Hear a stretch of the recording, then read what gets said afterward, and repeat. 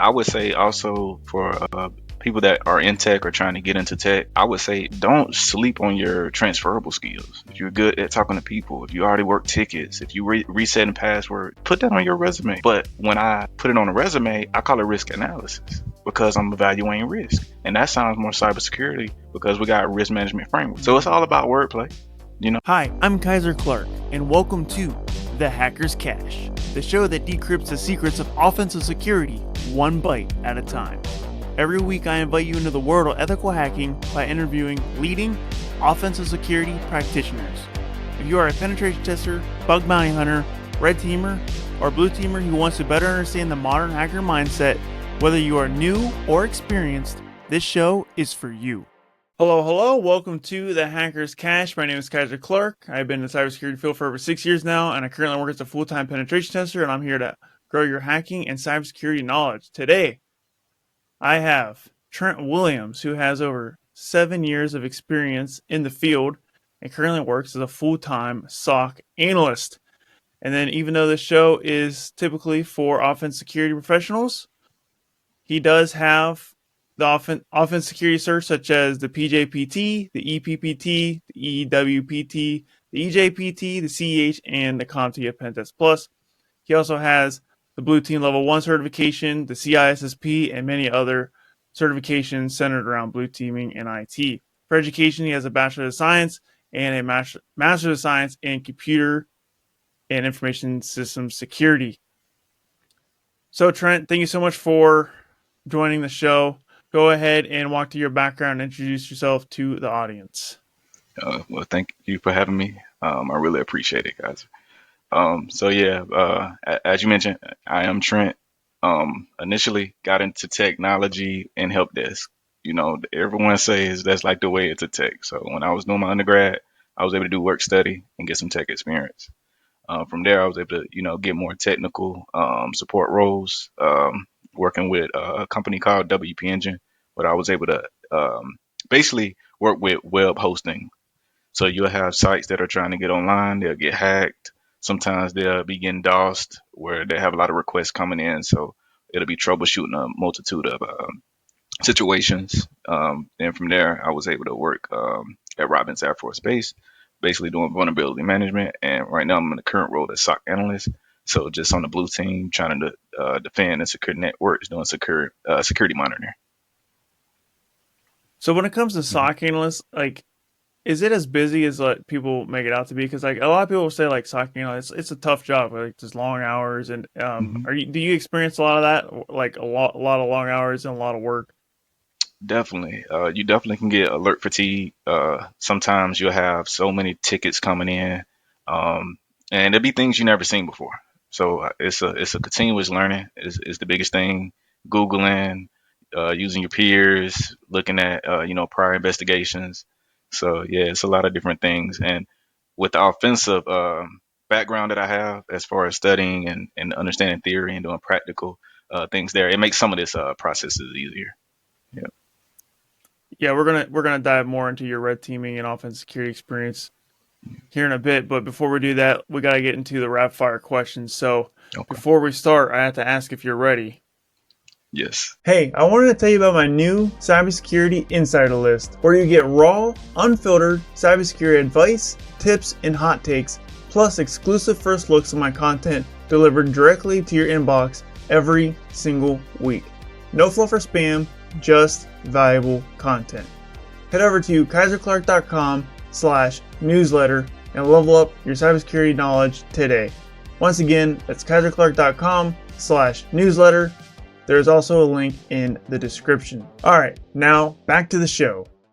All right. So for those who don't know, for those who are new to the show, Trent will have 30 seconds to answer 5 questions. And if he answers all 5 questions in 30 seconds, he will get a bonus 6 question that's unrelated to cybersecurity. His time is going to start as soon as I stop asking the first question. So here we go. Trent, what is the top soft skill for cybersecurity professionals? Communication. What's your favorite command?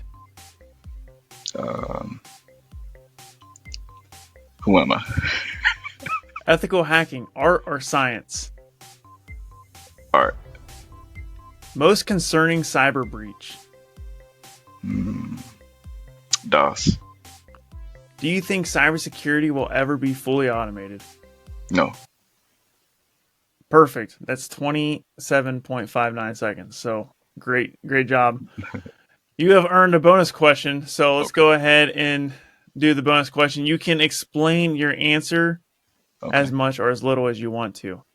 All right. So here it is. Is cereal a soup? No. I say soups are hot. That's just the only way I describe it. The simplest way. I never had a cold soup. Yo. Some may differ. Yeah, I agree with you. I don't think cereal is a soup at all. I actually ate soup right before this recording. Hmm. I had chunky sirloin burger soup, but it was the spicy. So that's literally what I ate before we started Yeah. recording. And I love cereal too, and they're not even the same. Like it's not even the same thing. And the Yeah. people who argue that cereal is a soup, I'm just like, what is wrong with you? Like, have you ever went to a restaurant and sat down and Hmm. saw cereal on under the soup category? Never. like, like Never. when I see cereal on the list of endless soup at Olive Garden, then it's a soup. Yep. Until then, Exactly. Exactly. Yep. oh man. Yep. Well, let's go ahead and dive into your most interesting response from the rapid fire questions. So Okay. I think the most interesting response you had was when you said no to do you think cybersecurity will ever Yeah. be fully automated? So why don't you think cybersecurity will be fully automated? And what can you tell people who are in fear that AI is going to replace our jobs, take our Yeah. jobs? Yeah. So I don't think it'll be fully automated because you still have human intuition, even on the offensive side. If you find, let's say you enumerate and you find information that you really can't exploit, but you can use it and it can be informational. th- They're trying to go domain admin. They're trying to get the domain controller. So sometimes, so many things are systematic. You don't really know, what you can use and what you can't use. So when it comes to cybersecurity, it's so many different fields. Like we say, IoT hacking, mobile pen testing, web app. It's impossible to make a robot do all of these things. Even on the defensive side, something's going to skate through. As far as technology advance, you're gonna have a process masquerading as another process. It can trick the robot too. You know, that right now we having where the AI give the wrong answers. So I can picture doing the same thing in cybersecurity, and when that goes through, that's companies losing money. That's customers' information getting breached because they're like, well, I had a robot SOC analyst, not a real one, or I did a pen test with a robot, and robots can do pretty good. They can get a lot of models and a lot of data that they can pull from, but it's something about humans that it's you can't beat that experience, especially if you're in a lot of different domains. Yeah, I totally agree with you. What a great response. And when you said robots can get answers wrong, I just thought of that common one where Hmm. you asked AI like how many R's are in strawberry and it Yep. always gets it wrong. Did you ever see that one? Yep. And then So they say, no, it's actually this, and they're like, oh yes, you are right. It is actually this. I'm like, yeah, they supposed to know that. But yeah, yeah, AI is a very useful tool, but it does get things incorrect, and you have to fact check pretty much anything that AI gives you, especially the large language models. And yeah, I agree with you. I don't think AI or cybersecurity is going to be fully automated, and AI is just a tool. It's just a yeah, tool, and I'm a firm believer in AI is not going to take our jobs, but someone who uses AI is going to take your job. yeah, So as long as you learn how to use it and you'll understand what it's doing under the hood, at least a little bit, you don't need to be like a AI yeah, engineer or anything like that. But as long as you understand, the basics of AI, then and using it appropriately, then you're going to go far in the field, I believe. yeah. I agree. I agree with that. All right, so this first question here is actually pretty new in the news, and I wanted to talk about it for a little bit, especially Okay. since you have a TCM security certification. Okay. And did you see that the TCM changed their certification names? Did you see that news yet? I seen something about some of them are going to be like associate level, but I didn't know that they changed the name of them. But yeah, I seen some updates come in via email, but I don't know what they changed them to. Yeah, basically they just changed anything that says junior to associate, and they kind of moved the words around. So it's like instead of like, Yeah. well, they didn't. There was one cert that you have, which is the one that you have, the PJPT. They didn't change that one to associates. That's still junior Hmm. pentester, but Yeah. the rest of them for like for example, the practical junior web tester, they changed it Hmm. to practical web tester associate. Mm. Okay. And um, yeah, I just want to see if you had any opinions on it at all. Like, do you Well, think it makes sense? Did it make like not make any sense to change the names, or do you not care?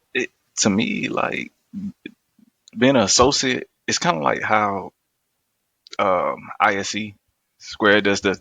You can be associate and you can be, a, you get the experience and you can be the real thing. I don't know. I feel like once you already obtained the certification, it's the same thing. That's just my opinion. I feel like it's the same thing, and they are pretty challenging. So yeah, if you got that, then that's good. Yeah, I like how they got rid of the junior designation and changed it to associate, because a lot of people Hmm. think a junior is like someone who's like an intern level Hmm. type of role, but those junior level certifications are not easy. A That's lot of right. people are like those are really hard. Like they're not easy at all. That's right. And I actually, the day before the announcement, I'm not even kidding, someone I work with, he was literally complaining. He's like, I just don't like how they call him junior certs. And then the next day, they're like, associate. I was like, you see this? He's like, yo, let's go. It Right. was a good time. Yeah, I would say another thing similar to that though, like when you're doing boxes on Try Hack Me and Hack the Box, or Hack the Box, and they have them easy and they really be crazy, they be really difficult. It's that same Dude, level. Like just call it insane. Like this is ridiculous. dude. Yeah, I get stuck on the easy machines on Hack the Yup. Box all the time. I'm like, bro, this isn't easy. Yup. And it's just subjective. It's like, nah, not to me. This Yeah, is hard. yeah, for So yeah. sure. All right. Well, when you got in your first SOC job, Hmm. what are some things that you were surprised by, or you didn't realize are a part of the job when you got into your first SOC position? So when people stress knowing a lot of technologies, I didn't really understand like how big of a thing that is. So when you work for MSSP, you can be using like 4 or 5 different SIEMs or SIMs, however they say it. So you might want to learn Splunk, you might want to learn Alien Ball, um, Log Rhythm. You want to learn endpoints, Defender, CrowdStrike. So if you're doing defense, it's good to know a lot about well, a little bit about a lot of them. You don't have to be an expert at every one of them, but if you know a lot of different technologies, then you'll be really good in the field. You got to learn quick. Multiple ticketing systems, that's where transferable skills, like some people that work in help desk, they probably already using Jira or Zendesk or Salesforce or whatever other ones they have out there, ServiceNow, Snow. So those things can transfer over. So, and tickets, you get so many tickets coming in, it is crazy. Yeah, man, and they'll have different priorities, so you gotta understand how to look at a ticket and be calm and say, hey, like, let me investigate this. If you thinking everything's on fire, then you're gonna be definitely overwhelmed because sometimes stuff be false positives and it just got to be tuned. But Yeah, that's a good point you make there. By the way, audience members, I keep saying SOC. That's SOC. That stands for Security Operations Center. So if you're unfamiliar with the term SOC, that's what that stands for. So you bring out the tickets in alert fatigue. Would you say that's the most challenging part about being a SOC analyst, or do you think there's something else that's still more challenging to being a SOC analyst? I would say continuous learning because you'll have so many processes. It's like, is this a normal Windows process? Windows update, they can add something that I never heard of, you know, and you can see SBC host and be like, yeah, I'm familiar with that. but is it running from the parent process? Is it running from the normal path? Like, what is it doing? So I would say, everybody say get the foundations, A plus, net plus, sec plus, which is good, but understand your regular Windows system if you're using Windows. Look at Task Manager. What am I really running? What's normal so I can know what's abnormal? Just basic things. Let me look at files and see how many kilobytes is this. If you got an image and it's saying it's like 5 gigs, just one picture, that might not be an image. That might be a executable. So it's like little small things that you can already check in your Windows environment. And I would say that's some of the disconnect. Like you can get A plus, Net plus, and Sec plus. It's teaching you the foundations about tech, but it really don't teach you the foundations about Windows systems. And same thing with Linux too. You'll have basic Linux processes and stuff like that, and you're like, is this really something that they run? So yeah, I would say kind of understanding that. So I do little write ups and things like that to help learners. Yeah. Yeah, that's good that you mentioned that because as a pen tester, I will get on a box or even just on a hack the box machine, and I'll run like WinPs, and Hmm. it will light up red, and I'm like, is this interesting? And I look at it like, oh, that's just a base Windows process. This isn't Yeah. like a misconfiguration. This is literally just standard here. Yeah. And yeah, like you said, I run into Windows processes that I never heard about all the time. Like, oh, I didn't know that was a thing. So Yeah. yeah, because there's so many things on Windows. There's so many Linux too. Like it doesn't matter. Like Hmm. there's just so many things that are about the operating system, and I feel like every time I get on a box, I'm like I learned something new Yeah. about just the base, just the fundamentals every day. Yeah. That's true. That's true. And getting practical experience, like you said, with the certification, I have the blue team level one. I recommend things like that. Let's defend. You can still do try hack me on the defensive side. Um, but I would say also for people that are in tech or trying to get into tech, I would say don't sleep on your transferable skills. If you're good at talking to people, if you already work tickets, if you resetting passwords, put that on your resume. Talk to things that are cyber. If you're doing like prior to tech, I was doing insurance too, right? But I was doing sales. But when I put it on a resume, I call it risk analysis because I'm evaluating risk. And that sounds more cybersecurity because we got risk management frameworks. So Hmm. it's all about wordplay. So things like that, it definitely help. And you can look at emails, you can look at headers, you can export your email, download it, be like, I'm familiar with headers. I see that it passes SPF, DKIM, DMARC. I'm saying, is this valid? You get spam still come. Like if I can get a spam blocker that can block all spam, that would be the best creation ever. So yeah, you can look at spam and do little stuff on your own computer to learn as well. That'll make it fun. Yeah, it's good you mentioned that. I never even thought about like, yeah, insurance salesperson could say, yeah, I'm a risk analyst. Like, yeah, that's a very valid point. Yeah, Yeah. that's really good. Yeah, you just got to figure out how to make those connections to the field if you're transferring from another field, which is, Hmm. I would say a good portion of the audience is in that position where they're in a field and they're trying to break in. They're already adults Yeah. in like an established field other than cyber. So Yeah. for those out there who are listening, just know like there's always ways to connect like what you're doing now to the cyber realm. You just got to figure out how to change the words around because you do have a lot of transferable skills, like you said. Yeah. So with your offense security and red teaming certifications and training, what do you think about all blue teamers having some offense security training? Do you think it's necessary, or do you think people can be great SOC analysts without the offensive security skill set? I think they can still do good in the role without having offensive, but I strongly recommend it because when exploits and things like that happen, if you perform these attacks in a while or if you did it in a practice or a lab environment, then you'll see it. You'll know how to react to it. If you're a SOC analyst, hypothetically, let's just say you see Kerberos and come up, you're like, I never heard of that. But we got certifications like PJPT and we got PMPT and these ones that got Active Directory. We're like, I ran that before. So I know what this is. So it makes your job easier. Even if you got to get a lower level like an EJPT, I would say at least get that.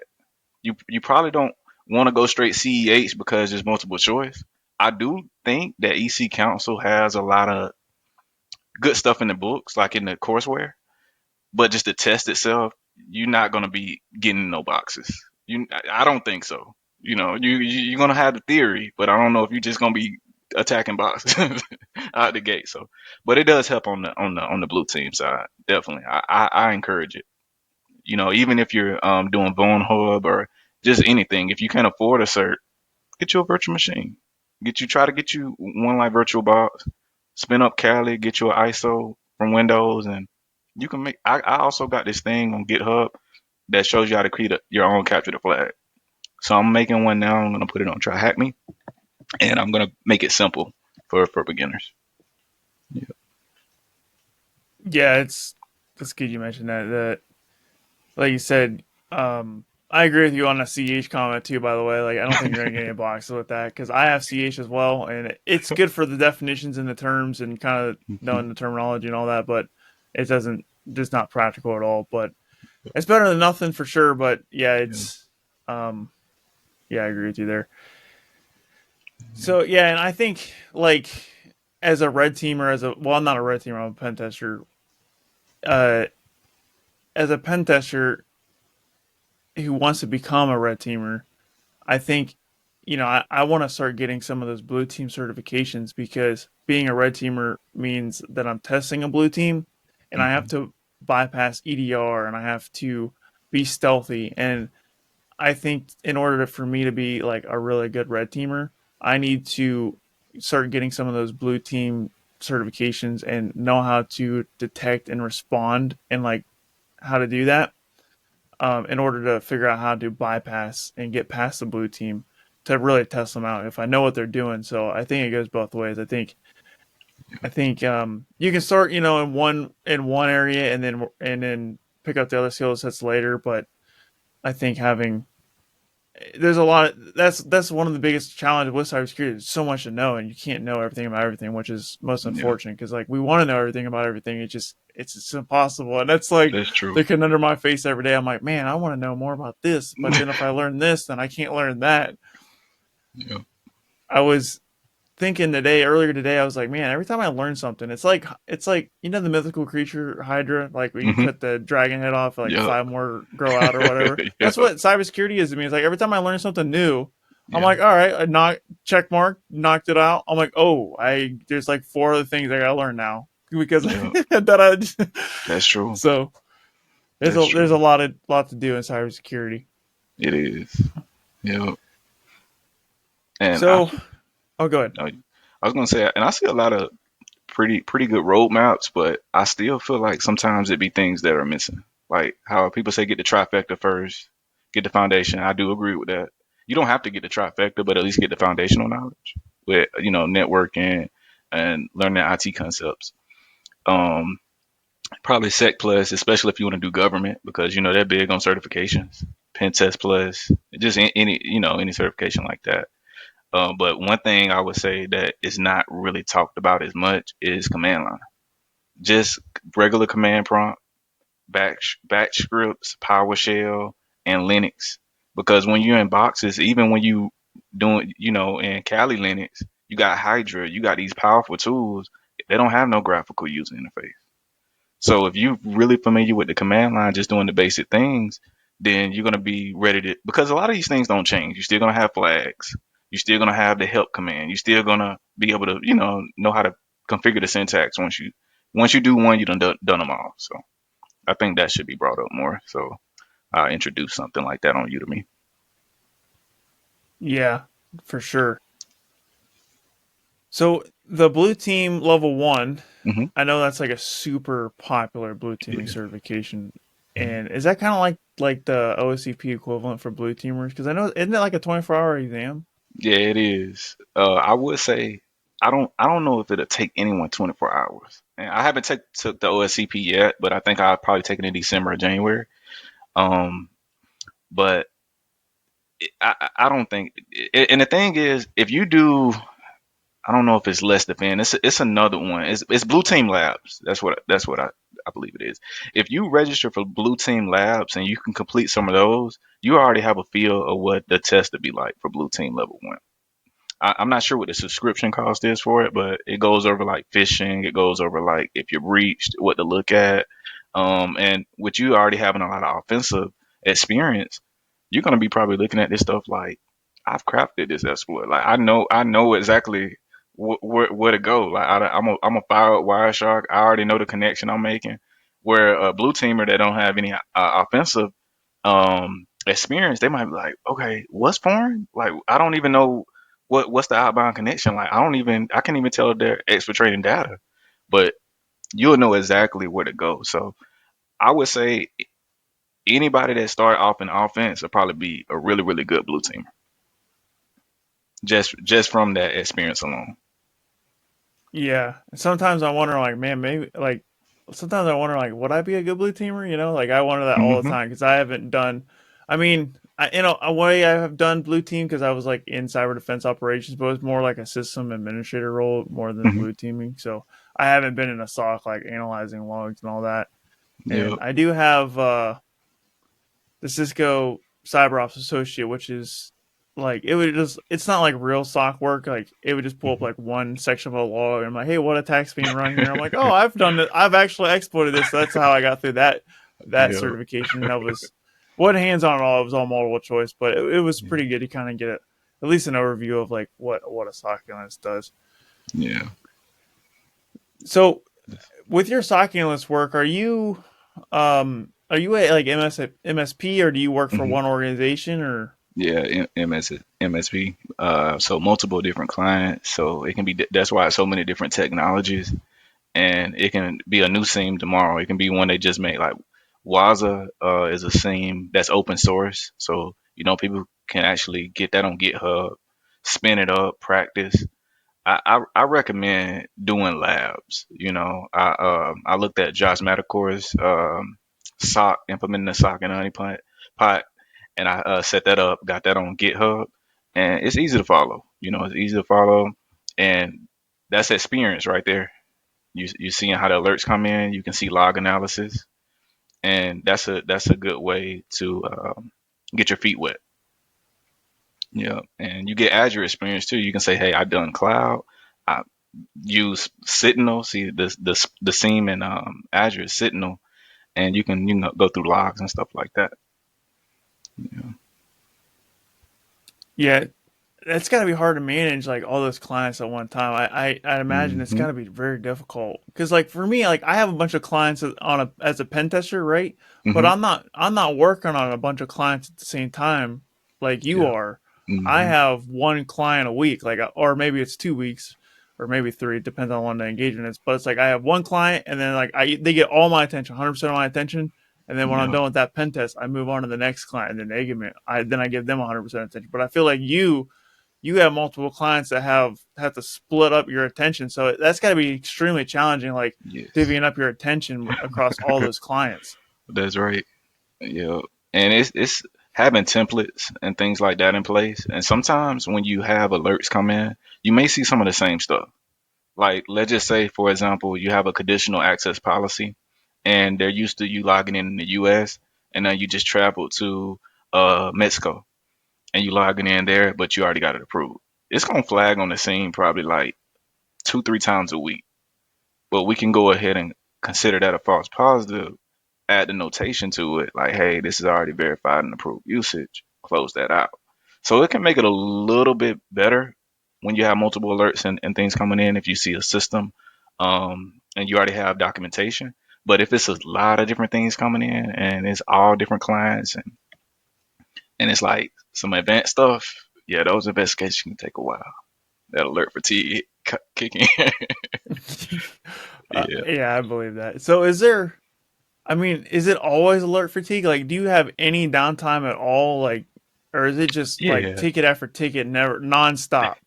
It's different days. So I work 4 10s. So it'll be like I would say 2 days busy, 2 days okay, not too busy. You might have one kind of lax day, like it might be not a normal business operating day, like a Sunday or something.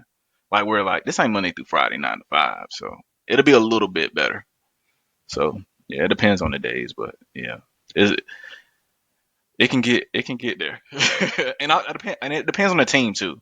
Some people working really big teams probably have 90 people on the SOC, and they probably get one ticket a day, two tickets a day.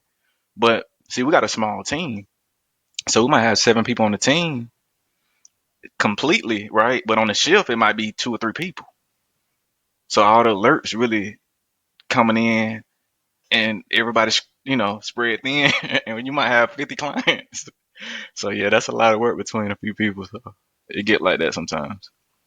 Yeah, interesting. That's good to know. So, as a SOC analyst, do you have to like write reports and give them to your clients at all, or how do you how So do you engage with your clients? yeah, so we engage with clients like kind of like how we're meeting now. It'll be like Zoom or Teams or whatever video conferencing platform that they want to use. But the great thing is with a lot of these teams, they can generate reports like Splunk.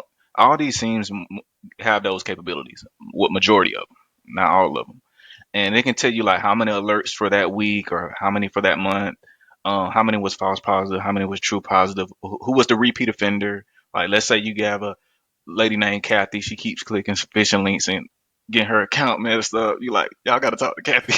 So you can go over those things with the client once you get that report. You can say, hey, everything looks good, but these are the points that we want to stress. We was able to block this. We was able to get this many alerts come in. Those type of things. It's basically a summary, and usually it's monthly is what we go over the monthly numbers. Yeah, And do you work remote or do you work in person? it's hybrid. Hybrid? Yeah, Do you do you like the hybrid or like I how do like you like the I hybrid like work? fully remote. If I had to say, yeah, fully Yeah. remote is more home work life balance and no gas. So I'm an advocate for that. Yeah, yeah. I have a full remote job. Well, it's almost full. It's almost full remote. I have to Mhm. travel very maybe like 3 or 4 times a year. I have to travel, and then other than that, I Not have to bad. do remote work, which is I love it because like Yeah. yeah, being remote all the time is really nice. And then like the weeks where I get to travel, it's like it's super nice too. It's like oh man, I actually get to talk to humans now for Yeah. once. So it's a good break from being at home all the time. But Yeah. I was just curious because I didn't know like what the is there is there a lot of remote jobs out there? Or are they almost all hybrid? Uh, most are all hybrid in a SOC environment. Yeah, because of the training and the dependability. Because if someone calls out or something happens, it's like they need to be able to get to these people. They want you to be kind of close, so it's always operating 24/7. So I've Yeah, seen some fully remote, but most I see hybrid or on site all the time on site for SOC roles. yeah. I have a good friend who's also a well, he's not a SOC analyst. He's a cybersecurity analyst. I guess it's Hmm. kind of different, but he's also hybrid as well, or he works remote a lot of the time, but he also so has to go on site and do stuff too. So do you Yeah. work? So is your hours consistent at all? Like, is it like are you on like day shift one week and night shift next week? Is it consistent at all, or is it kind of like all over the place when it comes to like your hours? Yeah, it's consistent. So it's like a Sunday through Wednesday, 10 hour shift. Yeah, if it was all over the place, I wouldn't know what to do. I wouldn't be able to make no schedule or anything. I'm like, I don't know if I'm working nights this week, morning this week. No, that'll be hard to Yeah, manage. that's good. That's good because that would be hard because I don't. Yeah, my brother, he's not in cyber at all, but he has Mhm. a job where he's like flipping from nights to days all the time. I'm like, dude, I don't know how you do it. Like I call him randomly, and I'm like, he's like, oh, I'm at work. I'm like, oh, sorry, man, I didn't know. And then like Yeah, sometimes like he'll message me at like 2 in the morning. I'm like, bro, what? I don't. Are you? Why are you up? Like yeah, I should be in bed right now. I shouldn't be seeing this. But why are you up? And yeah. yeah, so that's good that you get a consistent schedule. And 410s, I actually before I was in the cyber world, I worked 410s. It Yeah. was Monday through Thursday 410s. It was a really good work schedule. I didn't like the job, didn't have any passion about it, but I did like my 3 day weekends. Those were really nice. Yeah. Yeah, it's good to have that time, man. You can decompress, relax. Yeah. All right, so final question. Do you have any additional cybersecurity hot takes or hidden wisdom you would like to share? I would just say, continuous learning, and I would say don't get discouraged about the challenges. You know, I've failed certifications before. I've had interviews that didn't go well, but I learned from it, and I use that as motivation to do better on the next one. Or like, oh, I didn't know this. I understand my weaknesses now. Let me focus in on that more. So it's a tough market. Like everybody's gonna say it, but like you have a lot of certifications. I have a few certifications, but the thing is, I'ma still get more. It's just about the learning. It's about knowing what's going on. Because if technology is the main thing we use every day, it's important to know how it works. You don't want someone in another country with all the power. Like, I know how to work a computer. I know how to do everything. We don't know anything over here. Like, we need to be on top of it. So I would say don't get discouraged. Continuous learning. And so many free resources. Use those free resources. We have 24 hours in a day. I know a lot of people got families and they work. I be busy all the time as well, but 24 hours is a long time, guys. You can open a book and do a chapter and get some knowledge. So just keep at it. That's what I say. Yeah, well, it's not an easy road for nobody.